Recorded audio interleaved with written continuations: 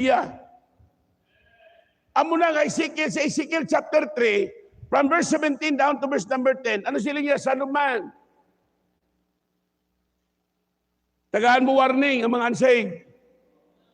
If you warn the wicked from the wicked way, kag hindi sila magpati, hindi sila maginulsol, the same wicked man shall die. Pero ang imong kamot, hilway ka. Their blood will not I require in your hands.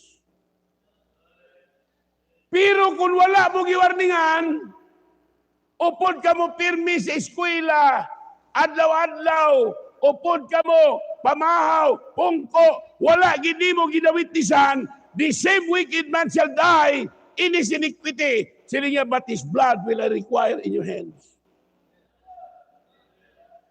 Sino ni mga college student kag high school students? Wala mo ginawitisan ng amiga mo kag amigo mo. The same wicked man shall die in his iniquity. But his blood, God will require it in your hands. Sabton mo na, Ezekiel chapter 3,